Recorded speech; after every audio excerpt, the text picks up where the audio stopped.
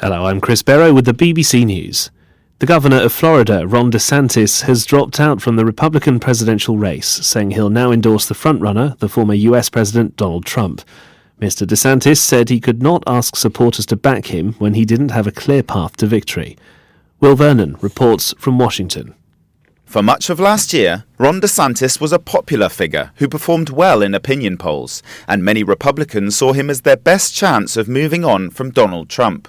But support for him has declined in recent months, and he finished a distant second in the Iowa caucuses. Former UN Ambassador Nikki Haley is the only candidate remaining, hoping to challenge Mr. Trump for the Republican nomination. But it's not yet clear what effect the suspension of Ron DeSantis' campaign will have on the vote. Many of his supporters may now switch their support to Donald Trump. People have turned out in high numbers across Germany on a further day of protests against increasing right-wing extremism. The organisers say more than 1 million people took part in demonstrations over the weekend. In Berlin, about 100,000 demonstrators converged outside Parliament for a rally when just 1,000 participants had been registered. Police had to open one of the capital's main boulevards to make space. Ralph Sinner took part in the protest. It's taking away a granted right, and that is against any kind of justice as I know it. It's against any kind of European thing as I know it. And my father, he was a soldier in the Second World War. And he told me what we have to overcome is any kind of anti-Semitism, any kind of xenophobia, any kind of deportation, whatever it is named. In neighbouring France, the Interior Ministry says more than 75,000 people took to the streets to protest against President Macron's immigration bill. Activists and several left-wing leaders joined the march in Paris, denouncing the legislation as a victory for the extreme far right. The Russian energy company Novatek says it's been forced to suspend some operations at a huge Baltic Sea fuel export terminal due to a fire started by what Kiev says was a drone attack on the Ust-Luga oil and gas shipping complex. With the latest for us, here's Sarah Rainsford in Kiev.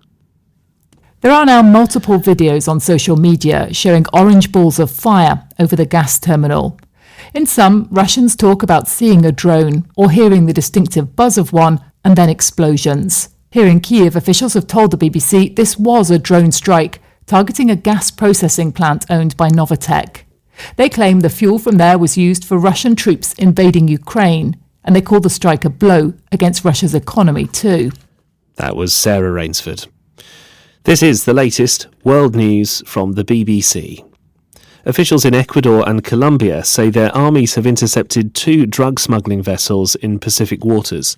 The Navy confiscated a narco sub carrying almost 800 kilograms of cocaine in Colombia, the world's biggest producer. Troops in Ecuador, where drug gang violence is up dramatically, intercepted a similar submarine loaded with tons of cocaine.